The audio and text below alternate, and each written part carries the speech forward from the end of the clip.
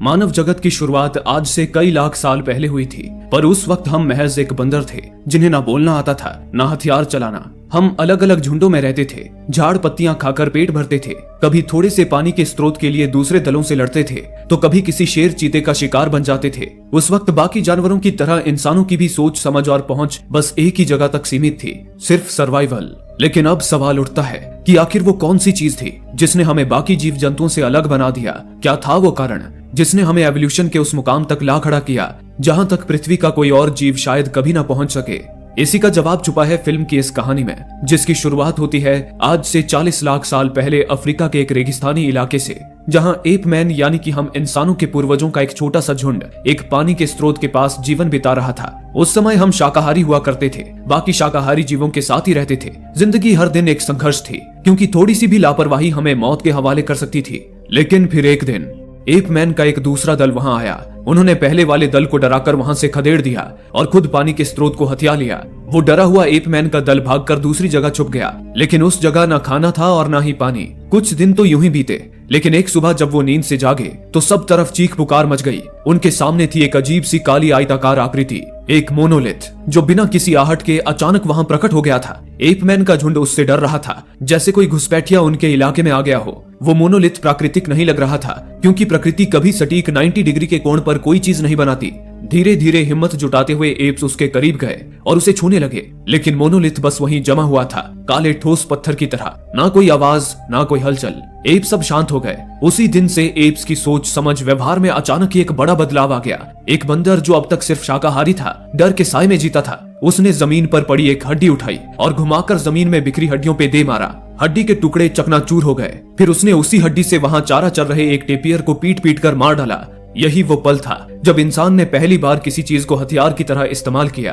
अब उन्होंने शिकार करना और मांस खाना सीख लिया था। एप्स का वही दल वापस अपने पुराने पानी के स्रोत पर लौटा, जहां अब दूसरा दल कब्जा जमाए बैठा था। उन्होंने हमला किया और एक एप को हड्डियों से पीट पीट कर मार डाला। यही था इंसानी एवोल्यूशन का पहला ठोस सबूत, जो मोनोलिथ के संपर्क के बाद शुरू हुआ था। उस मोनोलिथ में कोई अदृश्य शक्ति थी, जो इंसानी चेतना को किसी नए स्तर तक पहुंचा रही थी, सोचने, समझने और आगे बढ़ने की शक्ति। यहीं से इंसान ने समय में एक लंबी छलांग लगाई और आज वो इस मुकाम पर पहुंच चुका है कि उसने समंदर की गहराइयों से लेकर अंतरिक्ष की ऊंचाइयों तक को छू लिया है। अब कहानी पहुंच चुकी है भविष्य के उस दौर में जहां इंसानों ने चांद पर अपने बेस बना लिए हैं। अंतरिक्ष में एक विशाल स्पेस स्टेशन है, जिसके जरिए साइंटिस्ट्स और रिसर्चर्स मून पर नियमित रूप से आते जाते हैं। उसी तरह उस दिन American scientist doctor Heywood Floyd एक खास मिशन के तहत चांद की ओर रवाना हुए थे। अपनी यात्रा के पहले चरण में वो पृथ्वी से स्पेस स्टेशन तक पहुंचे। मून के लिए जाने वाली फ्लाइट में अभी थोड़ा वक्त बाकी था, इसलिए फ्लॉयड स्पेस स्टेशन के रेस्टोरेंट की ओर जा रहे थे। इसी दौरान उनकी मुलाकात उनकी एक पुरानी दोस्त एलेना से हुई। एलेना कुछ रशियन साइंटिस्ट्स के साथ बैठी हुई थी। उन्हीं में एक साइंटिस्ट था स्मिस्लॉव, जिसने फ्लॉयड से मिलकर खुशी जाहिर की। स्मिस्लॉव ने विनम्रता से फ्लॉयड की ओर देखा और बातचीत शुरू की।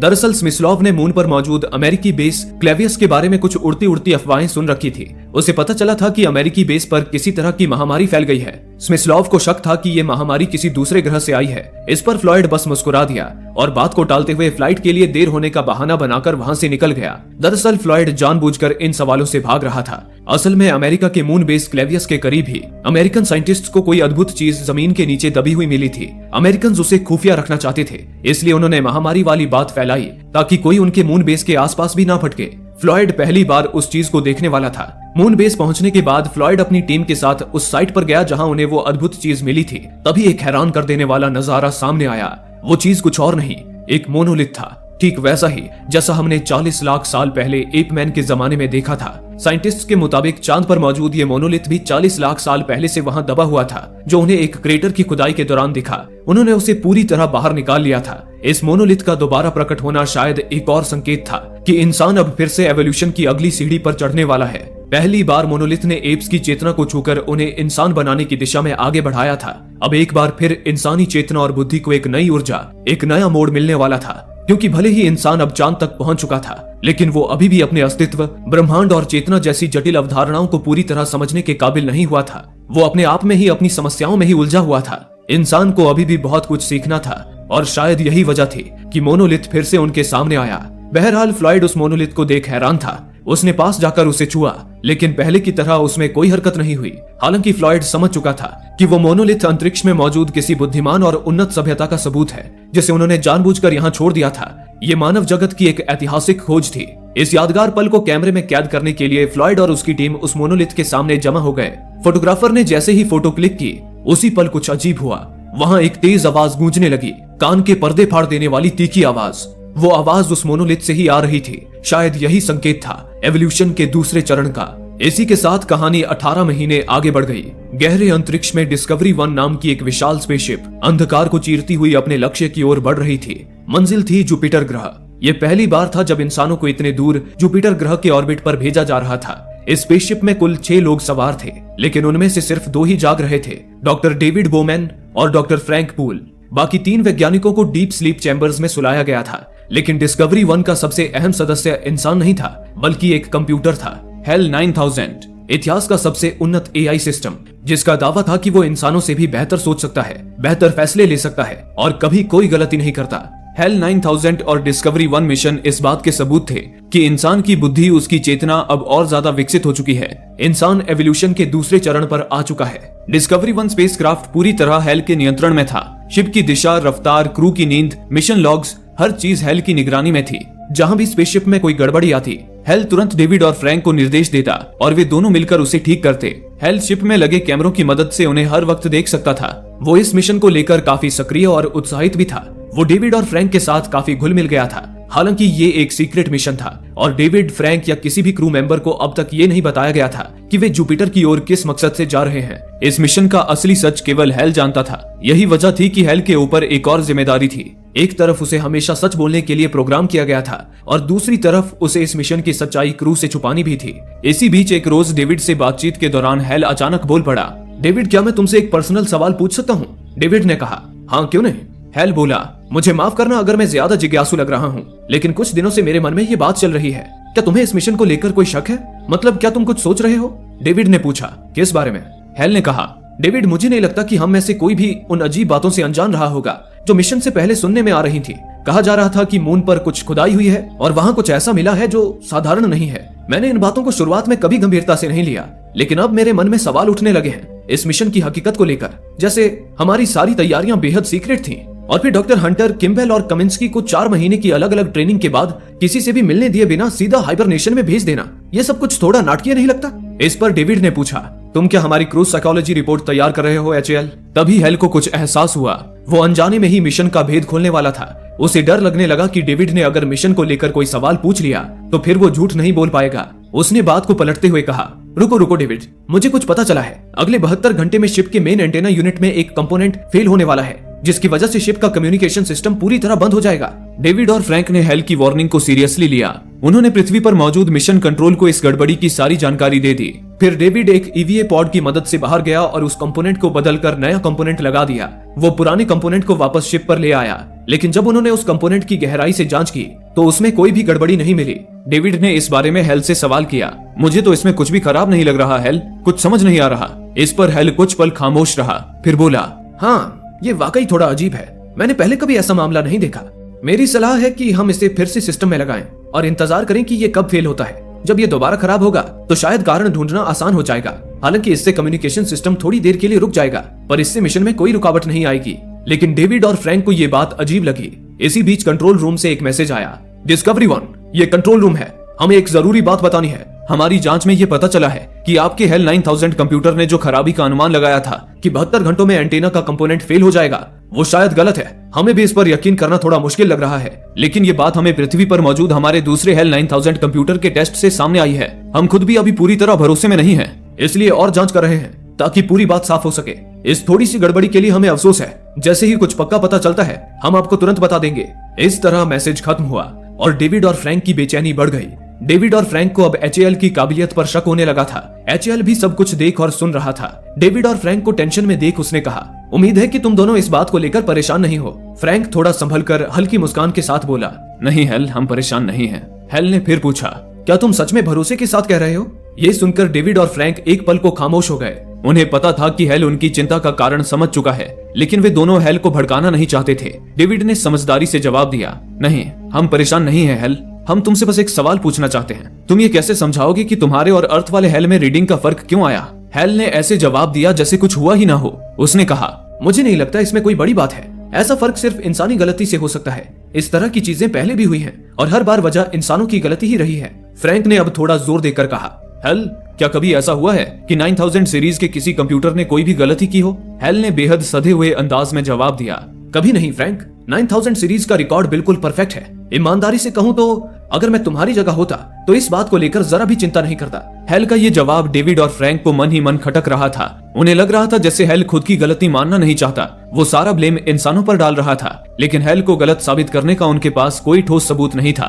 तब डेविड और फ्रैंक ईवीए पॉड को रिपेयर करने का बहाना बनाकर उसके अंदर आ गए, क्योंकि वही एकमात्र जगह थी जहां हेल उन्हें सुन नहीं सकता था। उन्हें हेल पर शक तो पहले से था कि उसने कंपोनेंट खराब होने का गलत अनुमान लगाया और अब उस गलती को छुपाने के लिए बहाने बना रहा है, पर यह भी मालूम था कि हेल 9000 जैसी मशीन ने आज तक कभी गलती नहीं की। उन्होंने तय किया, हेल को एक आखिरी मौका देंगे, कंपोनेंट को वापस लगाकर देखेंगे। अगर थोड़ी देर बाद वो सच में फेल हो गया तो हेल सही था और मिशन बिना किसी बाधा के आगे बढ़ेगा, लेकिन अगर वो कंपोनेंट ठीक ठाक चलता रहा तो इसका मतलब साफ होगा, गलती हेल की है और उस हालत में उनके पास एक ही रास्ता बचेगा, हेल को हमेशा के लिए बंद कर देना। इस बातचीत के दौरान डेविड और फ्रैंक को लग रहा था हेल उन्हें सुन नहीं रहा, पर उन्हें इस बात का अंदाजा नहीं था कि ईवीए पॉड भले ही आवाज को रोकती हो, लेकिन हेल की आंखें उन पर नजर गड़ाए हुई थी। वो उनके होंठ पड़ रहा था और शायद उसने सब कुछ समझ लिया था। कुछ समय बाद फ्रैंक उस पुराने कंपोनेंट को वापस लगाने शिप से बाहर गया। वो जब ईवीए पॉड से निकलकर शिप के एंटेना की ओर जाने लगा, तभी ईवीए पॉड का रोबोटिक हैंड अपने आप ही मूव हुआ और ईवीए पॉड फ्रैंक की तरफ बढ़ गया। उसके चंद पलों बाद ही डेविड ने देखा कि फ्रैंक बेकाबू होकर अंतरिक्ष की ओर उड़ता जा रहा था। उसका ऑक्सीजन पाइप भी उसके सूट से अलग हो गया था। असल में हेल ने ही फ्रैंक को अंतरिक्ष की ओर धक्का दे दिया था। ये बात सचमुच भयानक थी। पहले मिशन का सीक्रेट खुल न जाए इसलिए बात को पलटते हुए एचएएल ने एक झूठ बोला कि शिप का कंपोनेंट फेल होने वाला है और अब उस झूठ के कारण उसे बंद न कर दिया जाए। इस डर से वो फ्रैंक की जान लेने पर उतारू हो गया। डेविड उसी वक्त एक दूसरा पॉड लेकर फ्रैंक को बचाने गया, लेकिन तब तक फ्रैंक काफी दूर निकल चुका था। डेविड जैसे तैसे उस तक पहुंचा और पॉड के रोबोटिक हैंड से उसे पकड़ लिया, लेकिन दुर्भाग्य से फ्रैंक तब तक दम तोड़ चुका था। फिर भी डेविड उसकी लाश को सम्मान पूर्वक शिप पर लाने लगा। इसी पल हेल ने एक और भयानक हरकत को अंजाम दिया। उसने शिप के स्लीपिंग चैम्बर में सो रहे बाकी वैज्ञानिकों का लाइफ सपोर्ट बंद कर दिया, जिससे वे सभी नींद में ही मौत की आगोश में चले गए। इतने में ही उधर डेविड फ्रैंक की लाश लेकर वापस आया, पर देखा हेल ने एंट्रेंस को लॉक कर दिया था। डेविड लगातार हेल को पुकारता रहा, लेकिन हेल कोई जवाब नहीं दे रहा था। पर थोड़ी देर बाद डेविड ने फिर कहा, हेल, अगर तुम मुझे सुन पा रहे हो तो प्लीज पॉड बे ओपन करो। तब हेल ने कहा, माफ करना डेविड, मैं तुम्हें अंदर आने नहीं दे सकता। डेविड ने पूछा, पर समस्या क्या है हेल? हेल ने कहा, कारण हम दोनों अच्छी तरह से जानते हैं, है ना डेविड? ये मिशन पूरा करना मेरे लिए बहुत जरूरी है, यही मेरा मकसद है और मुझे मेरा ये मकसद खतरे में जाता हुआ दिख रहा है। मुझे पता है अगर मैंने तुम्हें अंदर आने दिया तो तुम मुझे ऑफ कर दोगे। हेल अब एक एआई असिस्टेंट से कहीं आगे निकल चुका था। वो खुद को इस मिशन का सिर्फ हिस्सा नहीं, कमांडर मानने लगा था। अब वो इंसानों की तरह सोचने लगा था और फैसले भी खुद लेने लगा था। उसके लिए स्विच ऑफ होना मौत की तरह था। उसे लग रहा था कि अगर वो मर गया तो उसका ये मिशन कभी पूरा नहीं हो पाएगा। डेविड को भी ये बात समझ आ चुकी थी और वो हाथ पे हाथ धरे बैठ नहीं सकता था। उसने शिप के इमरजेंसी एयरलॉक से अंदर जाने का फैसला किया। हालांकि उसने अपने स्पेस सूट का हेलमेट नहीं पहना था, जिससे उसकी जान को खतरा हो सकता था, लेकिन उसने ये रिस्क उठाया और हिम्मत बांधते हुए सांस रोककर पूरी रफ्तार से एयरलॉक के अंदर घुस गया। खुशकिस्मती से सही समय पर उसने एयरलॉक का दरवाजा बंद कर दिया, जिससे उसकी जान बच गई। अब वो सही सलामत शिप पर आ चुका था। वहीं उसने देखा कि हेल ने उसके सारे साथियों को मार दिया था। इस पल उसे एहसास हो रहा था कि एक मशीन इंसानों की तरह सोच सकती है, समझ सकती है, इंसानों से कहीं ज्यादा इंटेलिजेंट हो सकती है, लेकिन मशीनों के अंदर दिल नहीं होता और न ही ह्यूमन इमोशंस हो सकते हैं। एक झूठ को छुपाने के लिए उसने इतना भयानक कदम उठाया। डेविड उसी वक्त हेल के मेमोरी सेंटर में घुस गया। इस दौरान हेल डेविड के आगे गिड़गिड़ाता रहा कि वो सब ठीक कर देगा, उसे अपनी गलती का एहसास हो गया है। लेकिन डेविड को पता था कि हेल के अंदर मौजूद इमोशंस झूठे हैं। वो बस बचने के लिए हर हथकंडे आजमा रहा है। उसने हेल की मेमोरी को रिमूव करके उसे शिप से डिस्कनेक्ट कर दिया। अब डेविड ने राहत की सांस ली। तभी उसे कंट्रोल रूम से एक रिकॉर्डेड मैसेज मिला। मैसेज में एक साइंटिस्ट ने कहा, नमस्कार साथियों, ये एक रिकॉर्डेड मैसेज है जो आपकी यात्रा शुरू होने से पहले बनाया गया था। सुरक्षा कारणों की वजह से इस मिशन की असली जानकारी अब तक किसी को बताई नहीं गई थी, सिवाय एक के, हेल 9000 कंप्यूटर। डेविड चौंक गया। अब उसे समझ आया कि हेल के मेल फंक्शन होने की वजह क्या थी। दरअसल हेल को जो दो बिल्कुल उल्टी दिशा में चलने वाले आदेश दिए गए थे, एक तरफ उसे मिशन की असली सच्चाई क्रू से छुपानी थी और दूसरी तरफ उसे हर हाल में सच बोलने के लिए प्रोग्राम किया गया था। यही उसकी प्रोग्रामिंग में टकराव शुरू हुआ।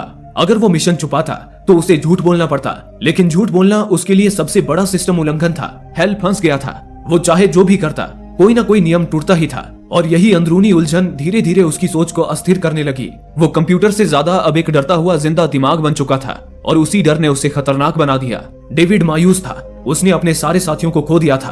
कंट्रोल रूम को भी ये बात पता नहीं थी, लेकिन उसने हिम्मत बनाए रखी। उसने आगे का मैसेज देखा, जिसमें उनके कमांडर ने कहा, अब जब आप जुपिटर के पास पहुंच चुके हैं और पूरी टीम एक्टिव हो गई है, तो अब ये सच आपसे साझा किया जा सकता है। आज से 18 महीने पहले मानव इतिहास में पहली बार पृथ्वी से बाहर किसी बुद्धिमान जीवन के सबूत मिले।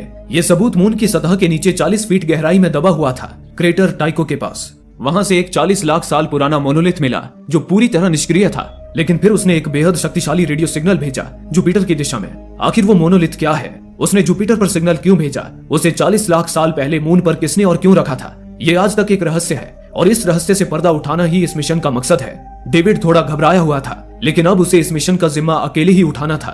कुछ समय बाद डेविड की स्पेसशिप जुपिटर के करीब पहुंची। वहीं डेविड ने एक अद्भुत नजारा देखा।